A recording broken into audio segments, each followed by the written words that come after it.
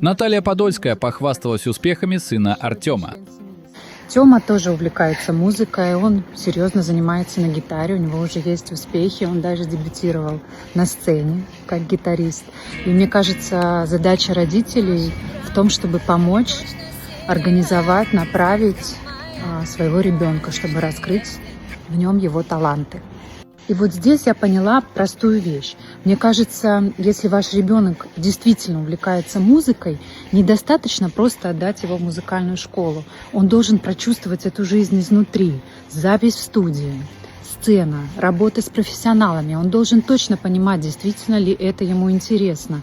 Мой личный экстренный сигнал. Парашют и уже все не так уж плохо.